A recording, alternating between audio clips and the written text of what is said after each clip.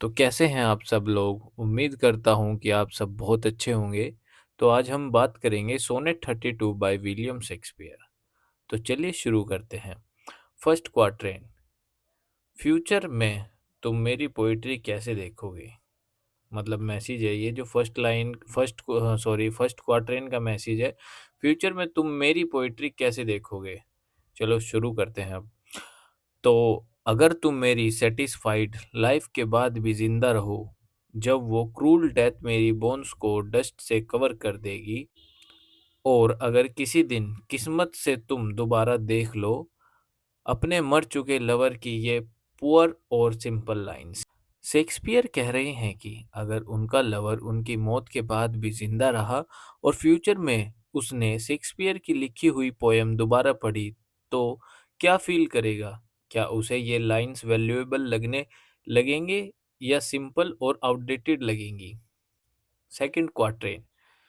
तो सेकंड क्वार्टेन का मैसेज है, क्या मेरी पोएट्री फ्यूचर में वीक लगेगी? चलो शुरू करते हैं।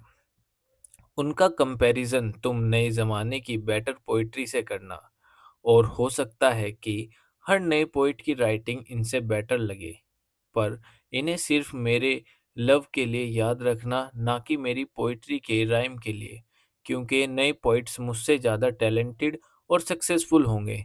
मतलब शेक्सपियर को ये टेंशन है कि उनकी पोएम्स नए पोइट्स के कंपैरिजन में वीक ना लगने लगे। वो कह रहे हैं कि अगर उनकी पोइट्री नए ज़माने के पोइट्स जितनी अच्छी ना हो, तो भी उनका लवर उन्हें सिर्फ उनके इमोशंस के लिए याद रखे, ना कि उनकी राइटिंग क्वालिटीज़ के लिए। थर्ड क्वार्टेन। तो थर्ड क्वार्टेन का मैसेज है, अगर मैंने फ्यूचर में लिखा होता तो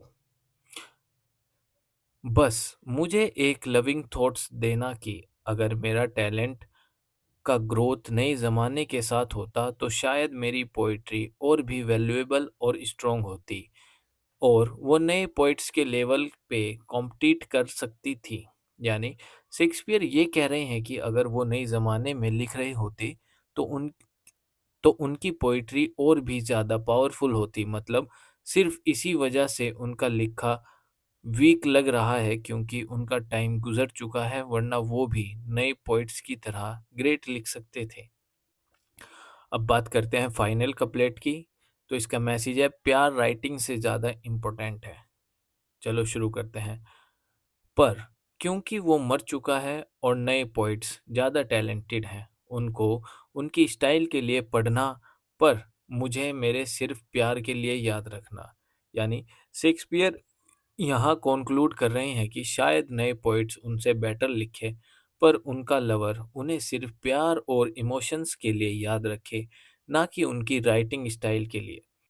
तो जो यहाँ पर पूरा मतलब मैसेज है वो ये है, शेक्सपियर इस सोनेट में एक इमोशनल थॉट शेयर कर रहे हैं। आर्ट टाइम के साथ इवॉल्व होता है, लेकिन इमोशंस टाइमलेस होते हैं। तो ये था आज का हमारा छोटा सा एक्सप्लेनेशन। उम्मीद है आपको पसंद आया होगा। मिलते हैं फिर से एक नए सोनेट में, तब तक के लिए गुड बाय।